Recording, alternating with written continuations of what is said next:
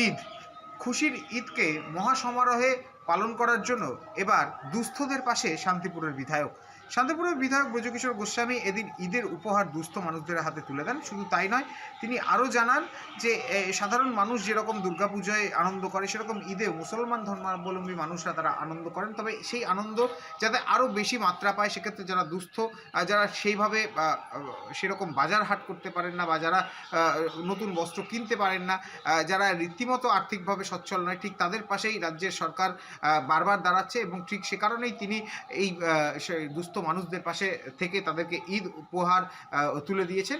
এবং আগামীতে যদি রাজ্যে আবার যে বিধানসভা ভোট আসে, সেখানে যদি তাকে নির্বাচিত করা হয়, সেখানে কিন্তু শান্তিপুর বাসীর জন্য আরও বেশ কিছু পদক্ষেপ তিনি নেবেন। তবে এই ঈদ উপলক্ষে এই উপহার দেওয়াকে কেন্দ্র করে শান্তিপুরের যে সমস্ত জনপ্রতিনিধিরা রয়েছেন, তারাও যেরকম উপস্থিত ছিলেন এবং সাধারণ মানুষও উপস্থিত ছিলেন। রীতিমতো এই অনুষ্ঠানকে ঘিরে রীতিমতো সাজো সাজো রাত শান্তিপুর জুড়ে। 2026 এই বছরটা আমাদের বিধানসভা নির্বাচনের বছর, অর্থাৎ আবার মমতা বন্দ্যোপাধ্যায়কে মুখ্যমন্ত্রী করার বছর। আমি শুধু আহ্বান রাখবো এটুকুই আপনাদের কাছে, যে আপনারা চতুর্থবারের জন্য মুখ্যমন্ত্রী হিসাবে মমতা বন্দ্যোপাধ্যায়কে আবার সমর্থন করুন এবং শান্তিপুরের এই সিটটা তৃণমূল কংগ্রেসকে উপহার দেবেন। কারণ মমতা বন্দ্যোপাধ্যায় সবসময় ভারতবর্ষের একমাত্র ধর্মগ্রন্থ, ভারতবর্ষের সংবিধানকে মান্যতা দিয়েছেন এবং ভারতবর্ষের একটাই সংস্কৃতি ধর্মনিরপেক্ষতা, তাকে গ্রহণ করেছেন। তাই সেই ধর্মনিরপেক্ষতা এবং ভারতবর্ষের চিন্তা, ভারতবর্ষের ভাবনাকে মর্যাদা নিয়ে যাতে আগামী দিনে আবারও মামাটি মানুষের সরকার প্রতিষ্ঠিত হতে পারে, তার জন্য আমি আপনাদের কাছে আহ্বান রাখবো, আপনারা মমতা বন্দ্যোপাধ্যায়ের হাতকে শক্তিশালী করুন, সর্বভারতীয় তৃণমূল কংগ্রেসের হাতকে আরও শক্তিশালী করুন। এবং সেই সাথে সাথে বলবো যে ভারতবর্ষের এই সময় পশ্চিমবঙ্গ এমন একটি রাজ্য, যে রাজ্য সারা ভারতবর্ষের মুখ হয়ে উঠেছে।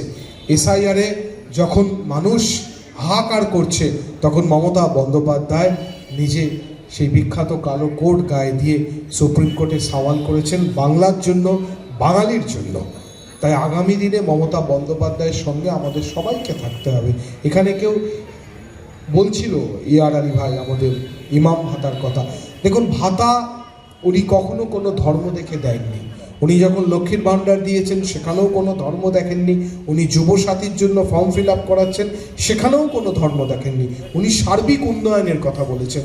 উনি ঈদেও শুভেচ্ছা জানান, উনি দুর্গাপুজোতেও সবই শুভেচ্ছা জানায়, উনি পঞ্চানন বর্মার জন্মদিনেও শুভেচ্ছা জানায়।